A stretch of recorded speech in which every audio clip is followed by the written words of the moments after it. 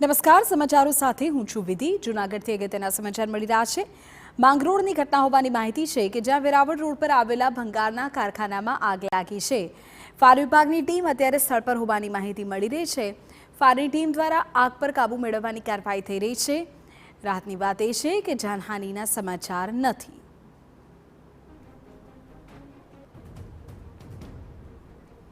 અમારા સંવાદદાતા વિજયસિંહ આ બાબતે વધુ વિગતો આપી રહ્યા છે। વિજયસિંહ, શું સ્થિતિ અત્યારે?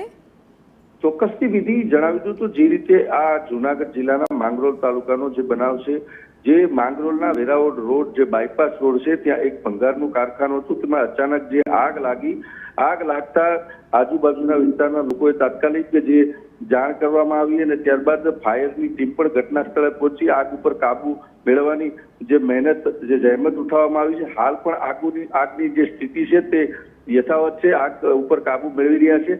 બીજી તરફ કોઈ પણ પ્રકારના જાનહાનિના સમાચાર નથી। જે રીતે આગ કાબુમાં લીધા બાદ ખ્યાલ આવ્યો કે કેટલું તે કારખાનામાં જે ભંગાર હતો કે જે માલસામાન હતો તેનું કેટલું નુકસાન થયું છે તે। જી વિધિ। ઓકે, આભાર વિજયસિંહ તમામ માહિતી બદલ। તો જે પ્રકારની જાણકારી મળી રહી છે તે અનુસાર સદનસીબે જાનહાનિ નથી, પરંતુ આ ગોડાઉન કે જ્યાં ભંગારનું કારખાનું કે જ્યાં આગ લાગી ગઈ, નુકસાનને લઈને હજુ વધુ વિગતો સામે નથી આવી।